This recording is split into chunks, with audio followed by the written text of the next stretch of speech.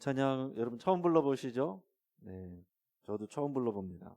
우리 찬양에는 새로 개편되면서 우리가 새로운 찬양들도 많이 들어가 있는데 우리가 좀 부를 기회가 많지 않습니다. 그러나 이렇게 새로운 찬양들 기회 있을 때마다 우리 한번 불러보도록 하겠습니다. 우리 찬양 처음 부르는 찬양이지만 또 굉장히 또 우리에게 와닿고, 오늘 특별히 3절 중반부터 보면 주의 은혜 마음속에 가득히 받아 생명의 주 늘 모시고 향기가 되어 영광스러운 한 세상을 빛내어 보자. 오늘 이것이 우리의 고백이 될 수 있기를 바라고 축복합니다. 오늘 우리 샤론 찬양대 우리 찬양의 가사하고도 우리 맞는 것 같습니다.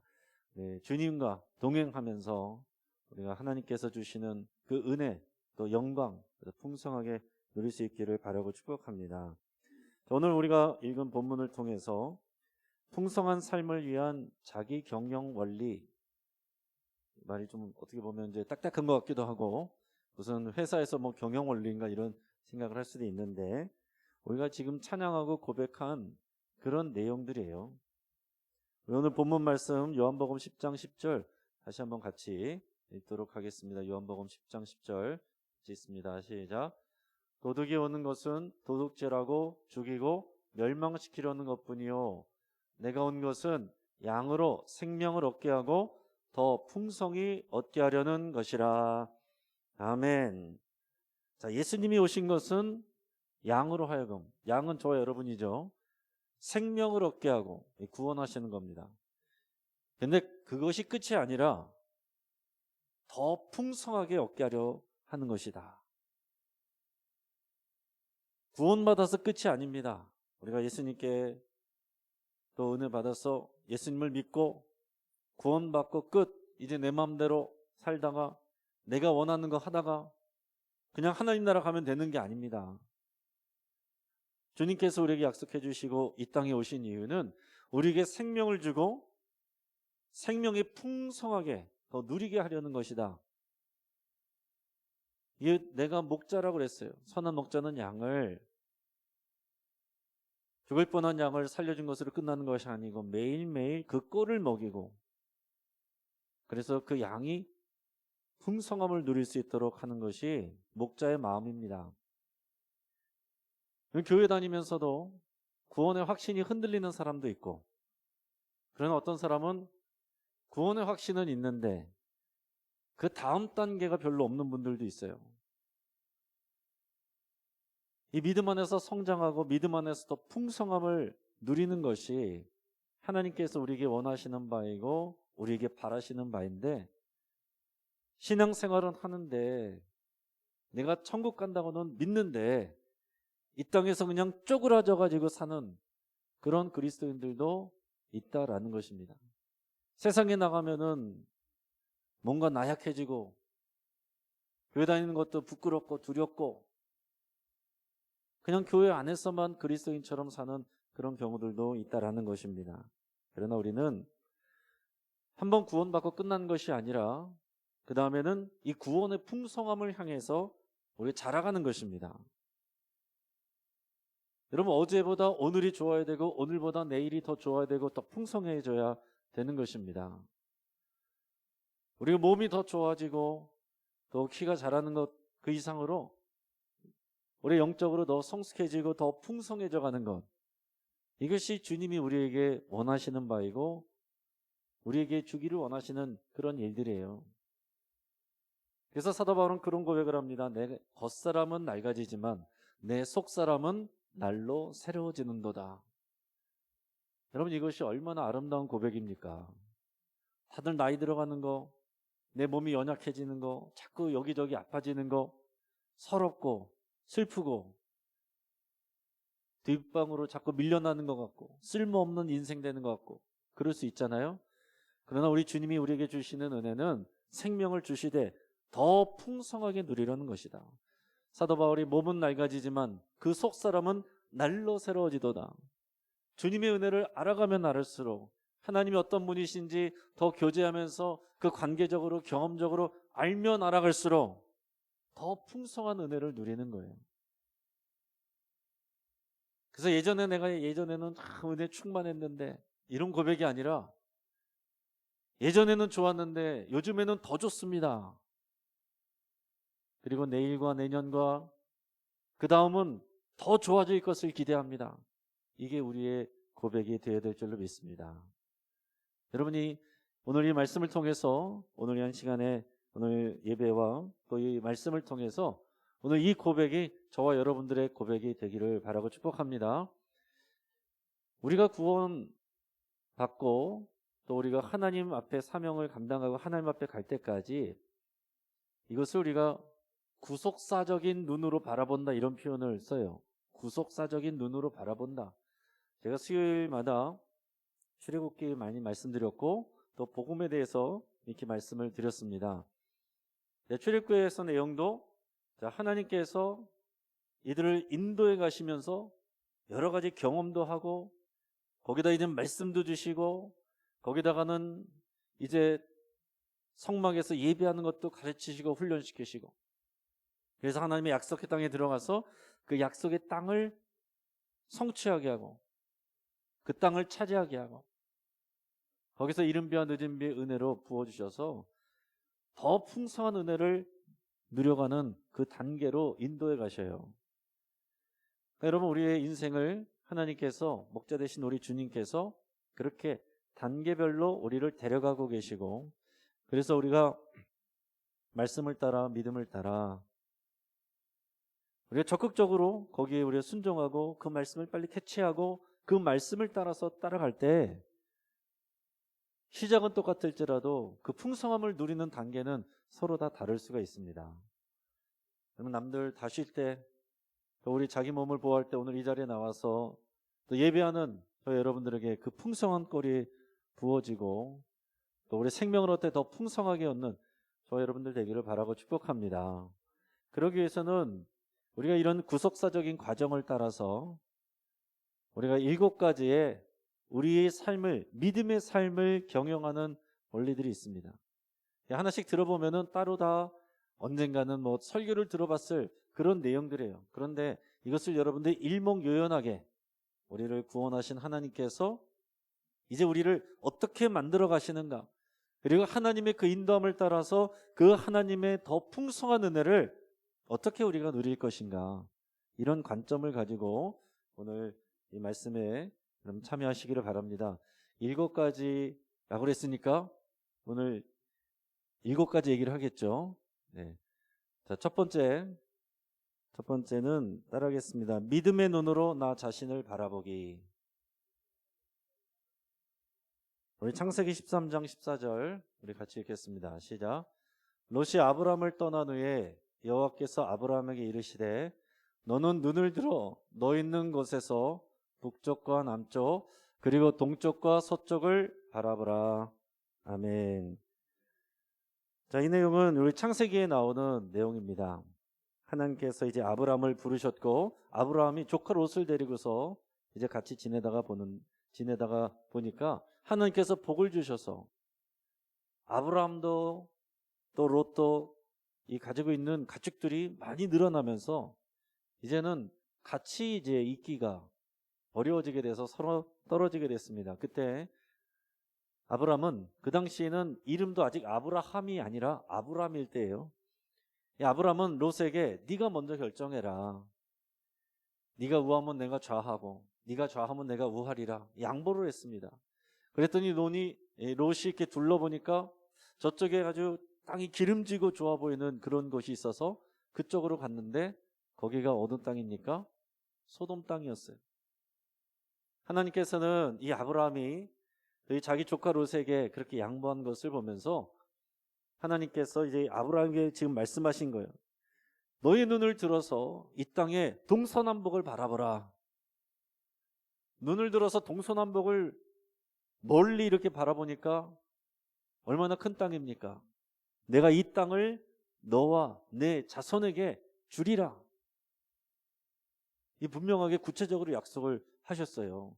여러분 창세기 12장에서는 너는 본토 친척 아비 집을 떠나 내가 내게 보여줄 땅으로 가라 그랬는데 한참 지나서 구체적으로 이 땅을 동서남북을 바라보라. 그래서 이 땅을 너에게 너의 자손들에게 줄 것이다.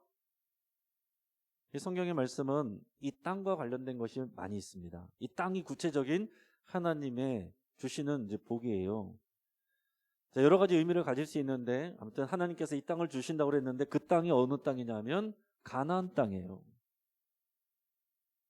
지금이 팔레스타인 땅입니다. 자, 그래서 이제 이 믿음을 가지고 아브라함이 살아가게 되는 거예요. 그래서 그런데 이제 결국에는 언제 이것이 성취됩니까? 아브라함 때는 완전히 성취가 되지 않았어요. 아브라함 때는 아브라함, 이삭, 야곱은 이 가나안 땅에서 살았지만 나그네처럼 살았다라고 그랬어요. 나그네처럼. 자기들 땅이 아니에요. 그냥 개구로서 그냥 그렇게 살았어요.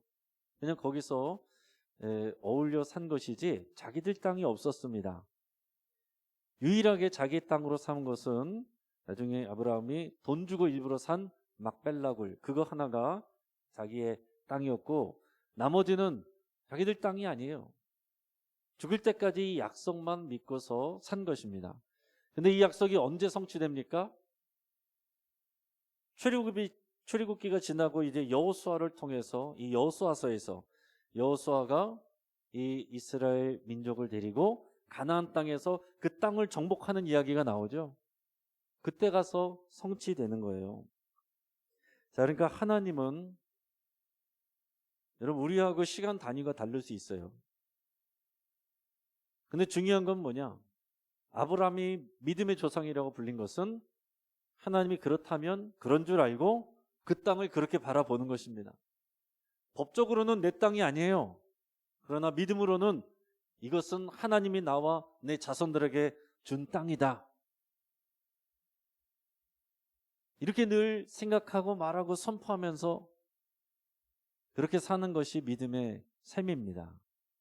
하나님이 그것을 우리에게도 원하시는 거예요. 그래서 여러분 우리가 이 세상을 살아갈 때 믿음이 없는 교회 밖에 사람들이 가지고 있지 못한 믿음의 안경을 써야 돼요. 사람들을 눈으로는 보이지 않는데 이 믿음의 안경을 쓴 사람에게만 보이는 그런 삶이 우리의 믿음의 삶입니다. 여러분 이 세상을 바라볼 때 코로나 이 상황과 상황들을 바라볼 때 믿음 없는 사람들이 바라보는 것하고 믿음의 사람들이 바라보는 것하고 달라야 된다는 거예요.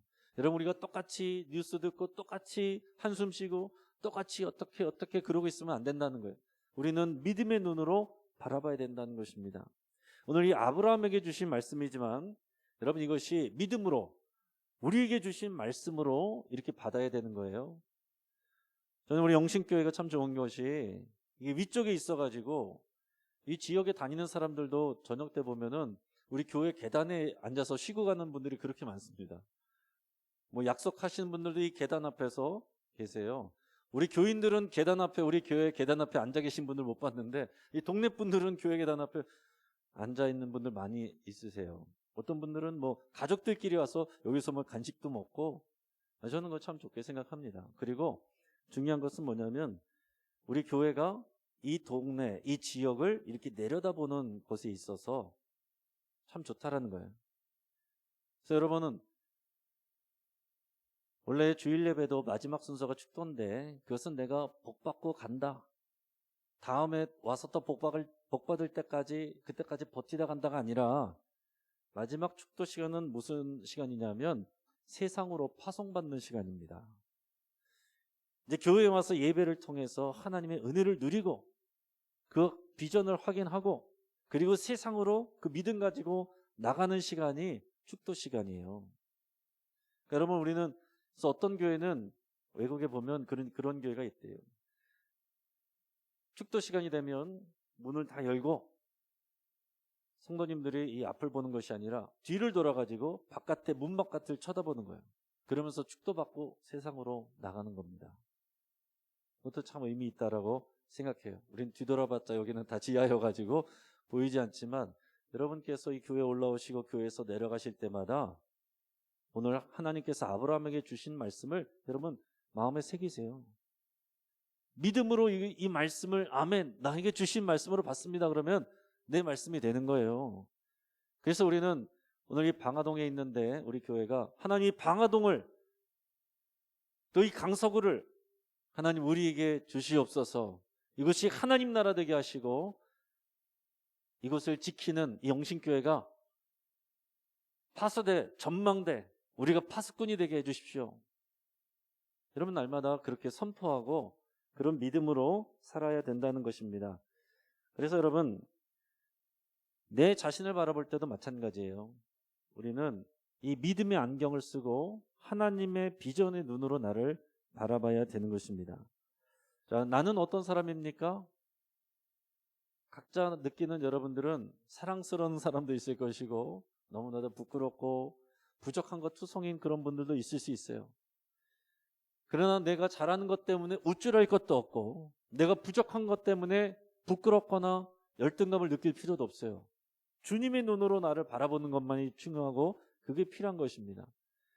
근데 나는 여전히 죄를 짓고 여전히 넘어지지만 하나님이 그 아들 독생자의 생명을 주시기까지 나를 사랑하는 눈으로 바라보신다. 그 눈으로 여러분 스스로 바라보셔야 돼요. 그럼 이거 진짜입니다. 교회 다니면서도 열등감에 빠져 있는 사람들 굉장히 많고 그런 청년들도 많이 있어요. 이 말씀을 듣는데 그 말씀이 자신에게 어떻게 적용돼야 될지를 잘 모르는 거예요. 교회 안에서도 열등감을 느끼는 거예요. 누군가 앞에 나와서 찬양도 하고 제주도 많은데 나는 할 줄 아는 게 없네. 어떤 사람들은 또 내가 앞에 쓰고 잘하는 게 많으니까 또 우쭐대가지고 나 없으면 아무것도 안 돼. 그게 아니라 내 눈을 들어 동서남북을 보라. 내가 너에게 주리라. 이 땅을 맡은 청지기로서 하나님께서 우리를 보내셨다. 가정도 그렇게 보셔야 되고 교회도 그렇게 보셔야 되고 이 지역사회도 여러분 그렇게 바라보셔야 됩니다. 그것이 우리가 믿음의 눈으로 나 자신을 바라보는 그 시작이에요. 내가 하는 그냥 나 그것이 아니라 하나님은 우리를 교회로 부르셨고 주님의 교회인 신부로 부르셨고 우리를 성령님께서 거하시는 성령의 전으로 부르셨고 우리를 제자로 부르셔서 이 하나님의 나라를 만들어가는 하나님의 대리자로 왕같은 제사장으로 우리를 방화동의 이 강서구에 세워놓으셨다라는 것을 여러분 날마다 선포하시고 그 하나님의 비전의 눈으로 여러분 자신을 바라볼 수 있기를 축복합니다. 자, 두 번째는 그럼 이 믿음 가진 사람은 어떻게 되느냐? 따라하겠습니다. 감정 조절하기. 데살로니가전서 5장 16절에서 18절까지 있습니다. 시작. 항상 기뻐하라. 쉬지 말고 기도하라. 범사에 감사하라. 이것이 그리스도 예수 안에서 너희를 향하신 하나님의 뜻이니라. 아멘. 여러분, 사단은 우리가 이 승리의 삶을 누리지 못하도록 공격을 하는데 주로 어디를 공격하느냐? 어디를 공격하냐면은 우리의 마음을 공격합니다. 새벽에 말씀을 읽으신 분들도 기억을 하시겠지만은 가룟 유다의 마음에 예수를 팔 생각을 사탄이 집어넣었다. 그런 표현들 나오잖아요. 그러면 우리 마음과 생각을 지키는 것이 영적인 전쟁이라고 그랬어요. 사람은요, 내가 아무리 많은 일을 해낼 수 있고 그런 사명을 맡았어도 마음이 상해버리면 그냥 안 해버리려고 하는 게 사람의 마음입니다. 어떤 사람들은 나 기분 나쁘면 천국도 안 가. 그런 사람도 있어요. 그러니까 기분 따라 사는 사람.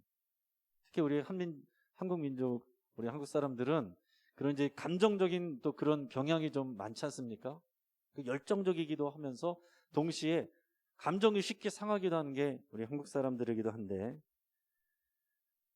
그래서 여러분 교회 다니면서도 설교를 들어서 머리로는 아는데 마음이 움직이지 않아서 안 하는 분들이 굉장히 많습니다. 저도 그럴 때 많아요. 저는 하나님이 뭐라고 그러실지 너무 잘 알잖아요. 화가 났어요.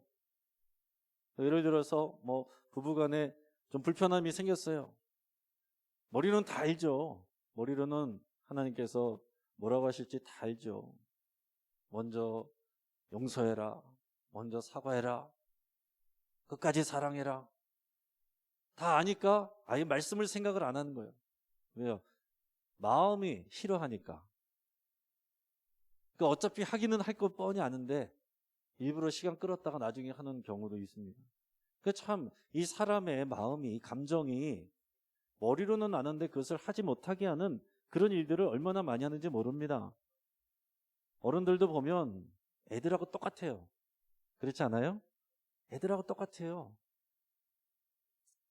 우리가 그런 표현 하면은 그렇지만은 뭐 마음이 상하면 삐지면 그냥 내가 하던 것도 다 내버리고 다 내려놓고 교회 옮겨버리고 내가 어른이니까 뭐 여러 가지 이유를 얘기하고 명분을 얘기하지만 사실은 그 마음 안에 아이와 같은 그런 마음들이 다 있는 것입니다. 그래서 심리학에서는 그래서 우리가 성인 아이다 그런 표현들을 쓰잖아요. 성인 아이. 나이 드신 분들도 다 애기 같은 게 있잖아요.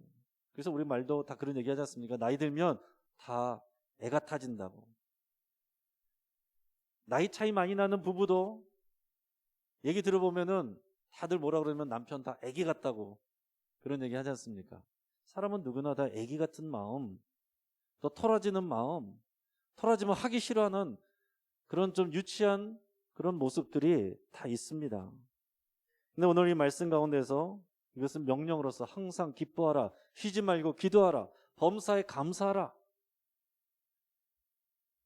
기도도 기분 나쁘면 안 되잖아요. 막 감정이 끓어오르면 어떨 때는 기도도 안 될 때도 있습니다. 기뻐하는 것은 당연한 일이고 감사하는 것도 당연히 잘 안 되죠. 마음이 상해버리면 잘 안 됩니다. 근데 감정으로는 불가능하지만 믿음으로 하는 거예요. 믿음으로 하는 것입니다. 믿음이 먼저 앞서고 감정은 뒤따라가야 되는 거예요. 우리가 감정을 따라가면 항상 실패하는 인생이 될 수밖에 없습니다. 감정을 따라가면은 언제나 우리는 넘어진단 말이에요. 우리의 감정은 하루에도 올라갔다 내려갔다 올라갔다 내려갔다. 칭찬받으면 금방 좋아졌다가 누가 한마디 뭐라 그러면은 기분 또 확 나빠졌다가 칭찬받으면은 내가 다 할 것처럼 그러다가 누가 한 사람 뭐라 그랬다는 거 얘기 들으면은 그냥 다 때려치우고 나 안 해 그러는 마음이 우리 안에 생긴단 말입니다. 여러분 우리가 사람들과의 관계 가운데서 감정이 상했을 때 여러분 생각하셔야 돼요. 감정만 자꾸 묵상하시면 안 되고 생각을 하셔야 되는데 그 생각을 하는 것은 먼저 이렇게 스스로에게 질문을 하셔야 됩니다. 한번 따라해 보겠습니다. 그 일이 그렇게 화날 일인가? 여러분 기도하면서도 곰곰이 생각해 보셔야 됩니다. 그 일이 내가 그렇게 막 화를 냈는데 그 일이 그렇게 화를 낼 일인가? 그럴 만한 일이었는가? 생각을 해보셔야 돼요. 그래서 다시 깊이 여러분 기도하면서 성령께서 내 마음을 비춰주시기를 여러분 맡겨놓으시면서 스스로에 또 질문을 던져야 돼요. 나는 왜 화가 났는가? 따라해보겠습니다. 나는 왜 화가 났는가? 곰곰이 생각하셔야 돼요. 근데 어떤 경우에는 그 사람이 나를 위해서 좋은 의도를 가지고 해준다고 했는데 내가 기분이 상한 걸 수도 있어요. 나를 우습게 보는 거야? 자기 잘 산다고 나를 없이 보는 거야? 그분은 정말로 나를 생각해서 호의를 베푼 것인데도 불구하고 어떤 분들은 그냥 혼자서 기분 상해하는 분들도 있단 말이에요. 생각을 하셔야 된다는 거예요. 그 사람이 정말 나를 미워해서 나를 기분 나쁘게 하려고 그런 것인가? 그 사람은 좋은 의도를 갖고 한 것인데 내가 그렇게 반응했구나. 아니면은 그 사람은 좋은 의도를 가지고 한 일인데 표현이 서툴렀구나. 우리는 이런 생각을 할 수 있어요.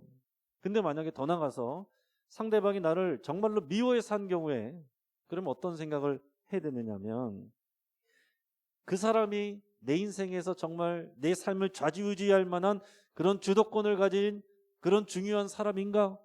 이것을 생각해 보셔야 되는 거예요. 어떨 때는 여러분 마음을 상하게 해가지고 끙끙 앓고 정상적인 생활을 할 수 없게 만드는 그 사람이 있잖아요. 그러면 곰곰이 생각하셔서 정말 그 사람이 나에게 내 삶을 좌지우지해서 내가 정상적인 삶을 하지 못하도록 그런 나에 대해서 그렇게 중요한 사람인가? 나에게 주도권을 가진 사람인가? 내 마음을 헤집어 놓고 나를 흔들리게 만드는 것은 결국 내가 그 사람의 손에 내 삶의 주도권을 주는 거거든요. 그 사람은 정말 나를 미워서 어떤 해코지나 말을 했을지라도 우리는 그런 것을 훈련할 수 있어야 돼요. 그 사람은 나에게 그렇게 중요한 존재가 아니라, 또 나를 정확히 아는 것도 아니고, 나를 미워해서 또 싫어해서 그 사람의 부족함으로 한 것이니까 그렇게 보일 수 있었겠구나. 그런 부분은 내가 조심해야겠다. 나머지는 흘려보내면 되는 거예요. 흘려보내는 거 못하는 분들이 흘려보내야 될 것들을 다 끄잡아다가 그냥 여기다가 다 심어놓고, 말한 사람은 기억도 안 나는데 혼자서 끙끙 앓다가, 그런 것이요, 어떨 때 보면은 수십 년 가고 그런 경우들이 있어요. 가족들 간에도 얘기할 기회가 없어서지 나중에 얘기하다 보면은 옛날 고리타분한 오래전 일, 기억도 못하는 그런 일들 가지고 혼자서 막 끙끙 미리 얘기했으면은 그냥 해명하고 끝났을 일을 그렇게 미련하게 수십 년 동안 그렇게 끙끙 앓는 사람들도 많이 있다라는 얘기입니다.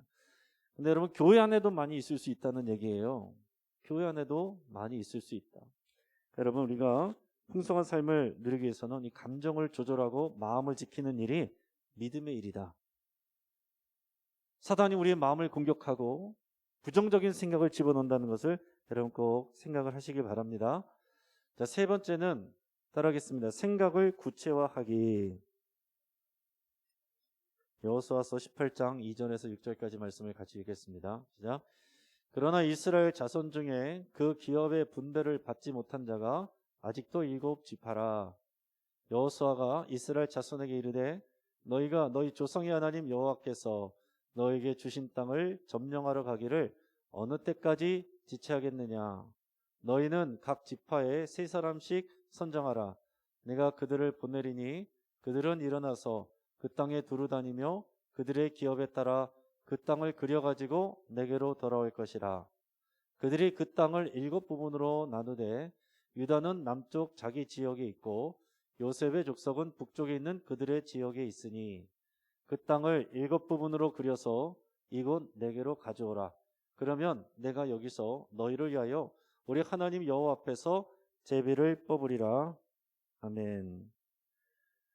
자, 이게는 뭐냐면 이제 정말 이 가나안 땅에 왔어요. 여호수아로 이제 리더가 바뀐 상황입니다. 이제 아브라함에게 약속하셨던 그 비전이 성취되는 그 상황이에요. 여기까지 많은 어려움이 있었고 또 많은 훈련이 있었어요. 자, 그런데 지금 뭐가 문제냐면 자기들에게 분배받은 그 땅을 차지하러 나가야 되는데 다들 머뭇머뭇거리고 있는 거예요. 지금 당장 뭘 해야 될지를 생각도 안 하고 계획도 안 세우고 그냥 다들 서로 눈치만 보면서 머뭇머뭇거리고 있다라는 얘기입니다. 하나님께서 우리에게 풍성한 은혜를 주시기를 원하고 우리를 성장케 하시고 그러기 위해서 우리에게 비전을 주시고 마음을 지키게 하시는데, 그럼 하나님이 주신 비전을 우리에게 실현되게 하려면 실행을 해야 되는 거죠. 그러려면 우리가 생각을 구체화하고 계획을 세우고 우리가 그런 일들을 해야 된다. 구체적인 행동을 해야 된다라는 얘기입니다. 그래서 여호수아가 어떻게 하라고 그랬냐면 각 지파마다 3명씩을 뽑아가지고 각자 그 기업에 받은 땅을 다 두루다니면서 지도를 그려오라고 그랬어요. 지도를 그려라. 지도를 그려가지고 결국에는 이 유다는 남쪽, 요셉의 족속은 북쪽, 이 지역이 있으니까 거기를 7부분으로 또 나눠서 와라. 자, 이 구체적인 그 과정을 뭘 해야 될지를 여호수아가 얘기를 해준 것입니다. 하나님이 약속해 주셨지만은 그 땅을 받는 풍성한 삶이 되기 위해서는 그 비전을 구체화하는 내 실행이 필요하다는 거예요. 막연히 잘 되겠지, 이건 믿음이 아니라는 것입니다. 간혹 그럴 때가 있어요. 교회 오래 다니신 분들, 모태신앙인 분들, 그런 분들 중에서 내가 안 하는 건데, 게으르고 나태한 건데 그걸 내가 믿음이 좋은 걸로 착각하는 경우들이 있어요. 다 하나님이 알아서 하시겠지. 지금 이 상황에서는 하나님이 알아서 하시겠지, 하늘에서 감 떨어지듯이 있으면 안 되는 것이고, 여호수아가 얘기해 준 것처럼 나가서 지도를 그리고 정탐해서 상황을 판단을 하고 계획을 세우고 실행을 해야 되는 게 필요하다는 얘기입니다. 이게 하나님께서 우리에게 비전을 주셨을 때 우리가 해야 될 일들의 하나입니다. 그래서 우리가 믿음의 경영이라고, 또 구원의 경영이라고 이렇게 표현을 하는 거예요. 그래서 누가 이 일을 할 적임자인지를 생각해서 사람을 세워야 되고, 이 과정을 어떻게 해야 될지 그것도 생각을 해야 되고, 또 하다 보면 장애물이 있을 수 있는데 그 장애물은 어떻게 대처할 것인지, 이런 것도 다 생각을 해야 됩니다. 여러분, 축구팀 같은 데도 보면요, 똑같은 팀인데 감독 한 사람 바뀐 거 가지고서 완전히 그 팀 칼라나 아니면 수준이 달라지는 그런 경우들이 있어요. 자, 그거는 이제 조직력이고 여러 가지 행정력, 이런 것이 필요한 거죠. 그러니까 우리가 하나님의 은혜를 누리는 것도 그냥 우리가 이렇게 은혜 받고 감정 위로받고 이런 정도만이 아니라 구체적인 하나님의 비전이 실천되고 이루어질 수 있도록 내게 맡겨진 사명이 있으면 거기에 대해서 구체적으로 조사하고 판단하고 계획을 세우고 또 사람을 세우고 또 대책을 마련하고 이것을 실행하는 이런 부분들이 필요하다라는 얘기입니다. 자, 네 번째는 따라하겠습니다. 부정적인 언어를 버리고 주님의 승리와 약속을 말하기. 자, 민수기 14장 27절 28절 같이 있습니다. 시작. 나를 원망하는 이 약한 회중에게 내가 어느 때까지 참으랴. 이스라엘 자손이 나를 향하여 원망하는 바 그 원망하는 말을 내가 들었노라. 그들에게 이르기를 여호와의 말씀에 내 삶을 두고 맹세하노라. 너희 말이 내 귀에 들린 대로 내가 너희에게 행하리니. 아멘. 자, 이때는 이제 여호수아 전에 이제 광야에 있는 그런 상황에서 지금 일어난 일입니다. 그것도 이제 사실은 초반의 이야기예요. 홍해를 건너고서 또 얼마 되지 않은 이제 가데스바네까지 이르러서 거기서 이제 가나안 정탐을 12명이 하고 돌아왔을 때 우리가 아는 것처럼 여호수아하고 갈렙 두 사람만 저들은 메뚜기다. 저들은 메뚜기 같다는 거는 이제 부정적인 사람들 한 얘기죠. 우리는 그들에 보니까 거인족 속이 우리는 메뚜기 같다. 그런 얘기인데 여호수아와 갈렙은 아니다. 저들은 우리의 밥이다. 하나님이 우리에게 맡겨주셨다. 이런 얘기했습니다. 그런데 백성들이 누구 말을 들었어요? 10명의 사람 얘기를 들었어요. 자, 여러분, 사람의 마음이 그렇습니다. 좋은 말보다 부정적인 말이 파급력이 훨씬 커요. 누가 좋은 말들을 다 했는데 누구 한 사람이 뭔가 좀 안 좋은 부정적인 얘기를 하면 그게 더 영향력이 크다라는 얘기입니다. 목회자들도 얘기를 들어보면 교인들이 다 자기를 싫어해서 힘든 게 아니라 자기를 힘들게 하는 한 사람 때문에 아무 목회가 힘들다 그러는 고백하는 분들이 많이 있으세요. 연예인들도 그러지 않습니까? 그 연예인들을 사랑해주고 아껴주고 사랑해주는 사람이 많은데 그 맨날 악플다는 몇 사람, 그 사람 말 읽고서 자기가 또 그것 때문에 끙끙 앓다가 그 순서가 보면 우울증 걸리고 우울증이 심해진 상황에서 혼자 있을 때 술 먹으면 그래서 안 좋은 일로 이렇게 가는 일들이 이렇게 짜여진 공식처럼 대부분 많이 그렇습니다. 여러분, 이 부정적인 어라는 것이 굉장히 파괴력이 있는 것이고 그래서 이 말을 들은 이 백성들이 와, 우리 이제 다 죽게 생겼다.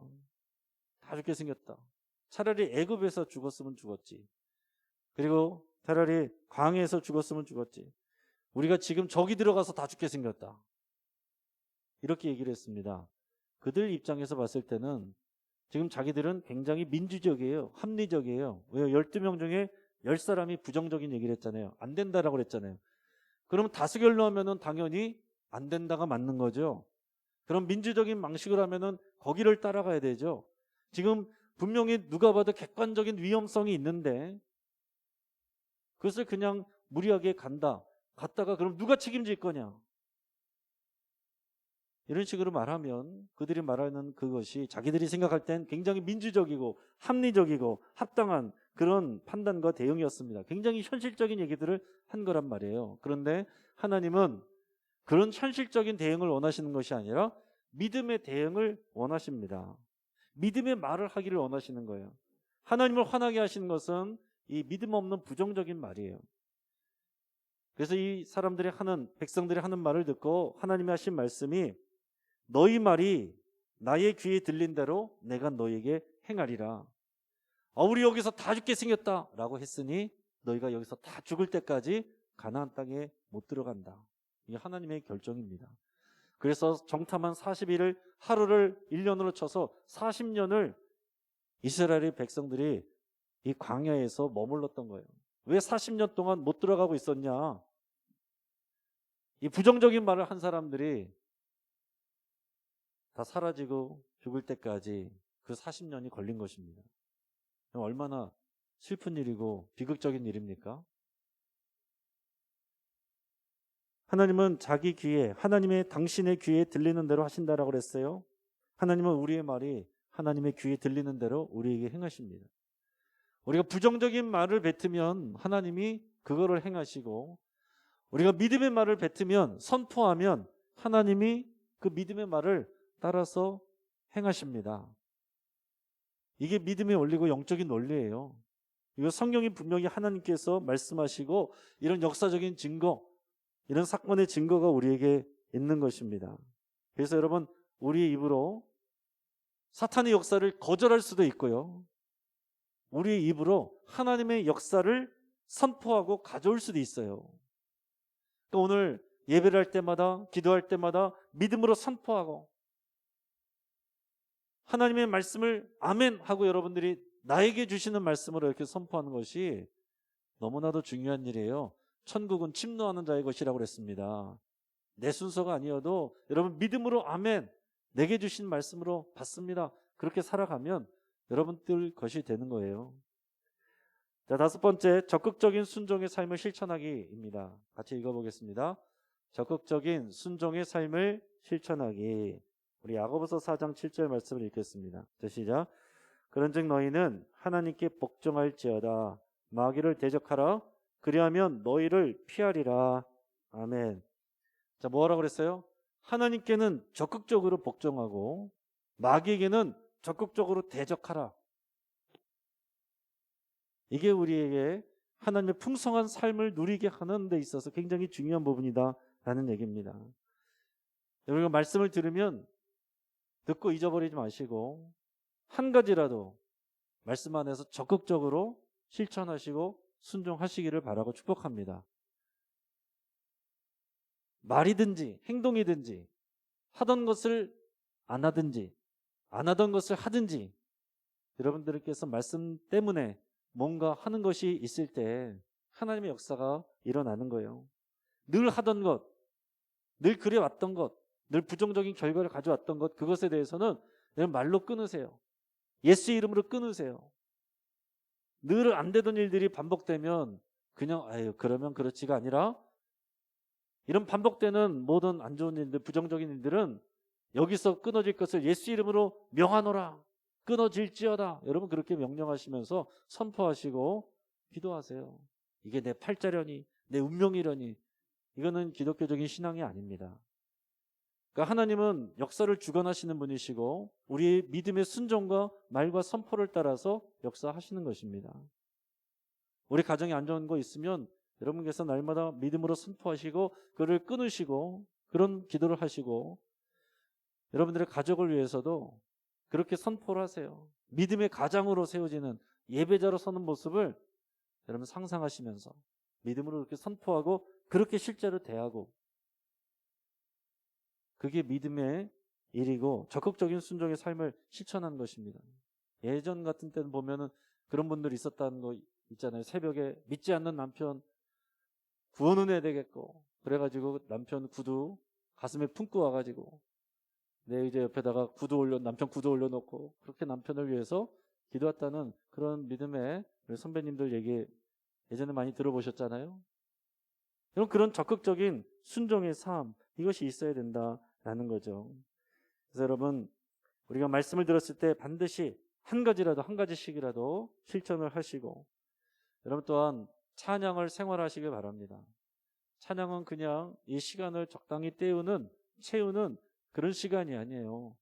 찬양은 기도잖아요. 선포잖아요. 하나님을 찬양하는 거. 여러분 특히 하나님을 인정하고 찬양하고 선포하고 높이는 것이 가장 강력한 기도입니다. 그러니까 여러분 내 입술에서 항상 찬양이 부정적인 말보다는 찬양이 하나님을 인정하는 말이 그렇게 입에 붙기에 여러분 그렇게 하셔야 돼요. 이게 적극적으로 순종하는 삶을 사는 것입니다. 우리 지난주에 말씀을 통해서 우리가 향기로운 사람 들었으면 내 삶 가운데서 향기로운 사람이 되기 위해서 내가 말 한마디라도 행동 하나라도 그렇게 다르게 한 것이 여러분 삶의 간증이 있어야 됩니다. 제목이 뭐였더라? 이게 아니라 그 하나 붙잡고서 뭔가 하나는 꼭 해야 된다라는 얘기예요. 지난주 말씀 나눴던 것처럼 삶에서 여러분 향기로운 행동을 하실 수 있길 바랍니다. 주님을 알지 못하는 사람들이 여러분을 볼 때에 정말 호감이 가고 본받고 싶고 그리고 존경스럽게 되는 그런 매력적인 말과 행동을 하시기를 바라요. 이 적극적인 순종의 삶을 실천하는 것입니다. 그리고 더 중요한 것은 동시에 죄를 끊으십시오. 열심히 기도하면서 한쪽으로는 끊지 못하는 죄를 가지고 같이 있는 분들 많이 있습니다. 있을 수 있어요. 부정적인 관계, 어떤 부정적인 일들, 합법적이지 않은 일들, 하나님께서 보실 때 기뻐하지 않는 일들 끊으시기를 바라고 축복합니다. 적극적인 순종의 삶이에요. 자, 6번째는 거룩한 습관 만들기입니다. 따라하겠습니다. 거룩한 습관을 만들기. 누가복음 22장 39절 읽겠습니다. 예수께서 나가사 습관을 따라 감람산에 가심에 제자들도 따라갔더니 아멘. 예수님께서 습관을 따라 가셨다. 거룩한 습관. 여러분 한 번 결단해서 한 번 잘한 것이 우리를 바꾸는 것이 아니고요. 그건 계기이고 습관을 들이는 것이 우리를 변화시키는 겁니다. 세상에서도 뭔가 하나 습관을 들이려면 최소한 3주 21일 동안은 그것을 반복을 해줘야 매일 반복을 해서 21일은 돼야 나에게 익숙해지게 습관이 된다. 그렇게 얘기를 합니다. 그래서 예전에 뭐 그런 것도 있었어요. 뭐 그런 좋은 습관 만들기 해가지고 이런 이제 고리 같은 거 같이 이제 책과 함께 이제 넣어놔가지고 이제 여기다가 차고서 21일 동안 어떤 좋은 습관을 위해서 반복하는 거예요. 하다가 내가 그것을 잘 못했다. 그러면 다시 다른 쪽 손에 끼고 21일을 또 이제 만들려고 이렇게 노력하는 뭐 그런 것들도 있었습니다. 여러분 그런 적극적인 우리의 노력이 필요하고 내가 노력하지 않아도 습관이 되는 것이 또 거룩한 습관을 들이는 것이 우리가 풍성한 삶을 누리게 하는 굉장히 중요한 비결입니다. 새벽기도 나와보신 분도 아시겠지만은 새벽기도 나오는 거 습관 들이려면은 오래 걸려요. 힘듭니다. 그런데 며칠 쉬면 그거는 쉬워요. 며칠 쉬면 쉬는 거는 안 나오는 거는 금방 적응이 됩니다. 근데 나오는 거는 적응을 다시 하려면은 오래 걸려요. 기도하는 것도 그렇고 우리가 어떤 뭐 섬기는 일도 그렇고 우리가 믿음의 일을 하는 것도 그렇고 믿음의 말을 하는 것도 그렇고 여러분 이것이 우리의 습관으로 세워질 때 그 습관이 우리의 삶을 실제적으로 바꾸게 되는 것이고 하나님의 풍성함을 누리게 하는 그런 통로가 됩니다. 자, 마지막으로는 인격과 성품의 변화를 추구하기. 따라하겠습니다. 인격과 성품의 변화를 추구하기. 갈라디아서 5장 22절 읽겠습니다. 오직 성령의 열매는 사랑과 희락과 화평과 오래 참음과 자비와 양선과 충성과 온유와 절제니 이 같은 것을 금지할 법이 없느니라. 아멘. 여러분 결국 우리가 바뀌는 것입니다. 풍성한 삶을 누리는 것은 주의 말씀대로 예수님을 닮아서 우리의 성품에 바뀌어가는 거예요. 이 성령의 역사를 통해서 우리의 성품이 바뀌어가는 것입니다. 우리 9가지 열매 그랬는데 그래서 뭐 내게 필요한 어떤 성품이 필요한가, 어떤 성품이 부족한가, 뭐 이렇게 하기도 하는데 사실은요 하나예요. 이 같은 열매입니다. 우리가 예수 그리스도를 따라하려고 하면 그게 다 같이 되는 거예요.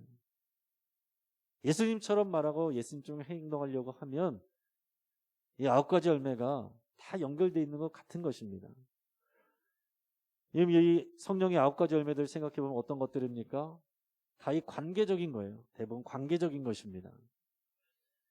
그러니까 신앙생활을 풍성하게 못하도록 하는 이 시대의 한국교회가 또 한국교회 성도들이 하나님의 이 약속의 길과 다르게 가는 것이 뭐냐면 개인주의예요. 이기주의, 개인주의. 그러니까 신앙생활하면서 내 것만 챙기는 거예요. 남들보다 내 거를 챙기고 다른 사람들에 대해서 관심을 끄는 거. 어차피 다른 사람들하고 엮이면은 괜히 상처만 받지. 교회에 깊이 들어가면은 맘만 상하지. 그냥 내가 하나님 만나고 예배 드리면 됐다. 그는 하나님이 이끌어 가시는 그 자리가 아닙니다. 그는 내가 만들어내는 그런 나의 어떤 울타리고 영역이지. 그 안에서는 하나님이 우리에게 주시는 그 풍성함을 누릴 수가 없다라는 얘기입니다. 제 얘기도 여러 번 했지만은 베드로가 다시 예수님 만나고 사명을 받을 때 예수님이 하신 말씀은 뭐냐면 사명을 맡겨주시면서 내 양을 먹이라 내 양을 치라 그러면서 나중 되면 사람들이 너의 허리띠를 벗기고 너를 끌고 가리라. 그러니까 죽을 거라는 사실은 순교할 것을 말씀을 하신 거예요. 믿음이 없는 사람이 볼 때는 뭡니까? 인생 망하는 거나 인생 망하는 것이구나 이런 생각을 하겠지만은 그것이 하나님의 영광과 풍성함을 누리는 최고의 자리로 가는 것입니다. 이 땅에서의 삶이 끝이 아니라 하나님 나라에서 받는 그 최고의 영광을 받는 것이기 때문에 하늘나라 천국에서 가장 하나님과 가까이 있는 사람들은 순교자들이라는 얘기가 있어요. 순교자들. 주님을 위해서 생명을 내놓은 것만큼 가장 하나님께서 가치 있게 여기시는 것이 없습니다. 여러분도 꿈꿀 수 있길 바랍니다.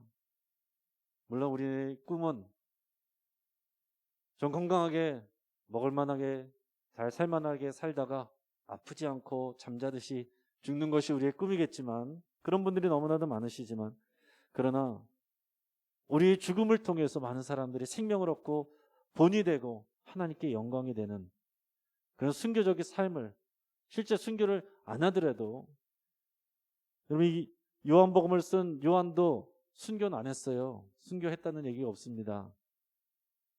각자가 다 다른 거예요. 어떤 사도는 순교했고 어떤 사도들은 오래 살았어요. 그러나 각자가 맡긴 것을 하면 되는 것입니다. 그러나 자기에게 맡겨진 삶을 그것을 주님을 따라가면 결국은 희생하는 삶, 내어주는 삶, 내 살과 피를 다 나눠주는 삶, 순교적인 삶이 되게 되는 것입니다. 이것이 되려면 우리의 성품이 바뀌는 것이고 그 끝은 그런 순교적인 삶이다. 이런 순교적인 삶, 영광스러운 죽음을 여러분께서 사모하시고 또 소망할 수 있기를 축복합니다. 같이 한번 기도하겠습니다.